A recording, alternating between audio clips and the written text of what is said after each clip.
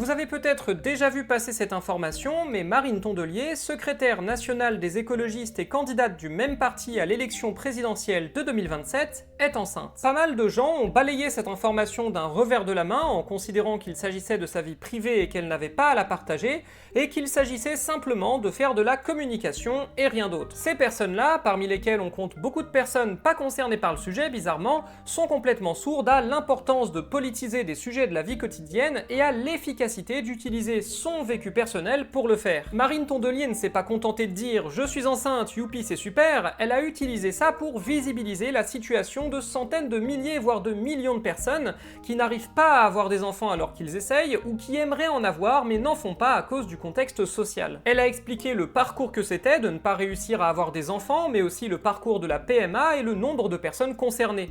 Moi jusque-là, je savais pas qu'entre 15 et 25% des personnes adultes étaient concernées par le fait de ne pas réussir à avoir des enfants.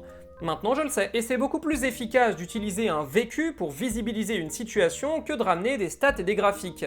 Donc, même si pas mal de monde a décidé de juger comme des cons, eh ben c'était quand même une bonne chose qu'elle le fasse. Et vu que c'est pas le sujet de cette vidéo, je vous recommande l'édito de Marion Lopez pour Le Média sur le sujet, je vous mets le lien Peertube dans la description. Bon après, Marine Tondelier reste Marine Tondelier, et même si elle est très forte pour associer son vécu et des expériences personnelles à un propos politique, c'est pas la première fois qu'elle le fait, elle a beaucoup plus de mal à transformer ça en proposition de mesures concrètes. Alors je n'ai pas lu ou vu toutes les interventions qu'elle a faites au sujet de sa grossesse, en revanche j'ai vu l'intégralité de celles qu'elle a faites sur LCI, et bah il n'y avait pas tant de choses que ça au final. Elle a juste parlé du fait qu'une députée écologiste avait déjà déposé un projet de loi pour proposer un congé fausse couche, ce qui est cool, mais c'est à peu près tout. Elle aurait pourtant pu mettre des trucs sur la table, par exemple créer un congé parenté égal et allongé pour les deux parents et qui serait doublé pour les familles monoparentales, qui obtiendraient un statut spécifique, créer un congé menstruel pour les entreprises et les administrations, faire prendre en charge les protections menstruelles par la sécurité sociale, et si vous vous demandez pourquoi je cite ces mesures-là, eh ben c'est parce qu'elles sont toutes dans le programme des écologistes pour 2027. Vous le saviez pas? Eh ben moi, jusqu'à avant-hier, je le savais pas non plus. Du coup, oui, pour 2026 et pour appuyer la candidature à la présidentielle de Marine Tondelier, le parti politique Les Écologistes a mis en place une plateforme numérique pour la rédaction de son programme. Et cette plateforme est accessible à tous. En gros, sur leur site, vous avez un chapitrage avec 4 chapitres. Ensuite, vous avez les mesures proposées directement par les écologistes qui sont épinglées, et ensuite les mesures proposées par toutes les personnes inscrites. Pour chaque mesure, vous pouvez voter pour, contre ou mitigé, poster un commentaire pour argumenter le pour et le contre, et les deux sont mis à égalité. Et aussi proposer des amendements à la proposition. Ensuite, le parti s'engage à répondre individuellement aux 50 contributions les plus soutenues, puis à réaliser une synthèse des contributions. Bon, bien sûr, il y a des limites. Déjà, le parti se réserve le droit de dire oui ou non à des propositions très soutenues. Et à la fin, c'est le Conseil fédéral du parti qui devra voter le programme, donc ça peut tout à fait finir comme les conventions citoyennes de Macron, avec des cadres du parti qui virent tout ce qui va pas dans leur sens. Et ça a aussi ses limites du fait de la sociologie de l'appropriation de ce genre d'outils. Sans trop me chauffer, je pense que c'est assez masculin, assez blanc et assez aisé, même si je ne demande qu'à avoir tort. Et alors on trouve quoi dans ces propositions? Eh bah pas mal de choses. Par exemple, dans la partie institutionnelle, il y a le remplacement du Sénat par une chambre de la diversité citoyenne. En gros, ce serait un parlement composé de personnel associatif, de syndicalistes ou encore de citoyennes et citoyens tirés au sort, qui serait renouvelé tous les 3 mois et ferait des sessions thématiques. Elles animeraient le débat public, proposeraient des lois à l'Assemblée et proposeraient des réformes du fonctionnement de l'État. Donc en gros, remplacer le Sénat par un outil de démocratie participative, une sorte d'institutionnalisation des conventions citoyennes de Macron, mais avec plus de pouvoir puisque le gouvernement ne pourra pas réécrire le résultat comme ça lui chante, comme Macron l'avait fait notamment pour la Convention citoyenne pour le climat. Quelqu'un d'autre a proposé d'instaurer un référendum d'initiative citoyenne constituant, donc en gros permettre aux citoyens de soumettre par référendum une proposition de loi constitutionnelle, un outil très puissant de démocratie directe puisqu'il permettrait de refonder complètement la Constitution sans aucun garde-fou, donc très intéressant mais à condition d'y mettre des garanties pour éviter par exemple qu'on puisse faire un RIC pour supprimer le RIC. Tiens, une autre proposition qui bizarrement a fait l'unanimité contre elle, utiliser l'IA pour supprimer la bureaucratie dans le service public. Vu les biais connus et documentés des grands modèles de langage en matière de discrimination et le taux d'erreur très important et qu'on n'arrive pas à faire baisser, on est effectivement sur une fausse bonne idée. Dans les propositions des écolos, je note que la sortie du nucléaire ne fait pas du tout l'unanimité, il y a seulement 48% de vote pour et quand même 35% de vote contre. Tiens, et je vois là une proposition d'une certaine Gwen, je me demande qui c'est, qui propose de réformer l'Assemblée nationale pour qu'elle soit à stricte parité genrée, locale et socio-professionnelle. Ah, et qui propose de faire voter les lois en lecture définitive par des assemblées citoyennes tirées au sort et renouvelées régulièrement. Quelle idée saugrenue, sacré Gwen. Je les mets dans la description au cas où. Du coup voilà pour montrer un peu quel est le système de contribution, comment il fonctionne et quel type de contribution a été faite.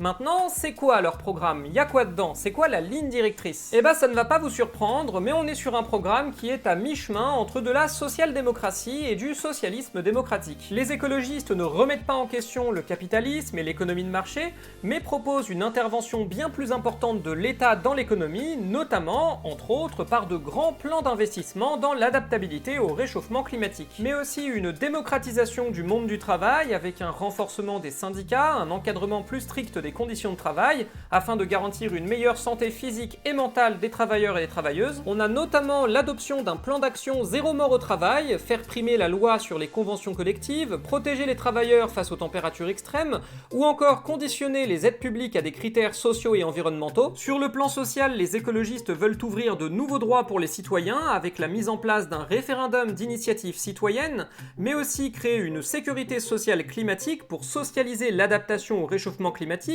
ou encore une sécurité sociale de l'alimentation pour garantir un droit à une alimentation de qualité pour tous, recréer la police de proximité, remplacer l'IGPN par un nouvel organisme indépendant, aussi permettre l'autodétermination du genre, et à terme il propose la suppression de la mention de sexe dans l'état civil, interdire les mutilations des personnes intersexes, renforcer l'accessibilité de la PMA, et une contribution externe propose l'autorisation et l'encadrement de la GPA altruiste, donc non lucrative. Il y a aussi une réflexion décoloniale avec la promotion de l'enseignement des langues régionales, l'utilisation du terme Kanaki pour désigner la Kanaki, mais aussi, et c'est pas dit explicitement, permettre un processus d'autonomie voire d'indépendance de s'achever. Et au niveau institutionnel, les écologistes sont pour une 6ème république et leurs propositions vont dans le sens d'un régime hybride avec des institutions parlementaires, des outils de démocratie directe et d'autres outils de démocratie participative. Renforcer la séparation des pouvoirs en rendant le Conseil constitutionnel plus indépendant, mettre en place le RIC, comme dit plus haut, mais aussi une convention citoyenne permanente à partir du Conseil économique, social et environnemental. A voir si ça fait pas un peu doublon avec la Chambre qui vise à remplacer le Sénat d'ailleurs. Il propose aussi de remettre en place le septennat présidentiel non renouvelable et d'abroger l'article 16 qui peut donner au président les quasi pleins pouvoirs dans des circonstances exceptionnelles, mais ça pour le coup c'est pas sûr que ça reste exactement comme tel puisqu'il y a eu une majorité de votes contre. Quelqu'un avait aussi proposé une assemblée nationale entièrement tirée au sort, mais pareil, ça a été massivement rejeté. Dommage, l'idée était bonne. Et il y a aussi une mesure en matière de démocratie au travail avec la création d'un droit effectif à la participation des travailleurs dans les entreprises, en leur attribuant automatiquement un tiers des postes dans les conseils d'administration et en les associant à la définition des objectifs de l'entreprise. Très bonne idée. Enfin, et ça ne vous surprendra pas, les écolos sont pour un renforcement du fédéralisme européen.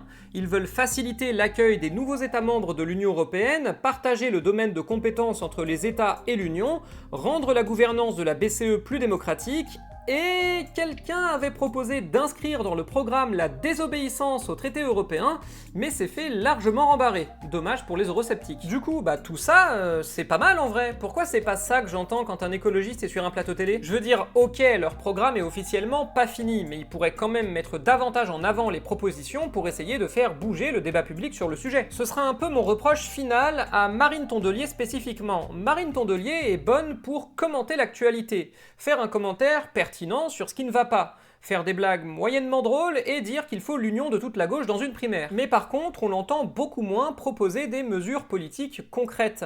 Même dans cette séquence où elle a utilisé sa grossesse pour ouvrir un débat sur le sujet, ce qui est super, elle l'a pas tellement fait alors qu'elle avait un boulevard. Ma théorie sur le sujet, c'est qu'elle fait exprès d'être floue sur les idées et les propositions pour embarquer un maximum de personnes autour de sa personne. Ce qui est compréhensible en soi, vu que l'élection présidentielle est très personnalisée. Mais en même temps, c'est faux faut, parce qu'il faut aussi proposer des lois, proposer des trucs concrets pour les mettre à l'agenda, déplacer la fenêtre d'Overton et obliger tout le monde à se positionner dessus. Et ça, pour le coup, j'ai pas l'impression de l'avoir tellement entendu le faire ces derniers mois. Mais je peux me tromper et j'espère que ça va changer. Sur ce, moi je vous laisse, à la prochaine!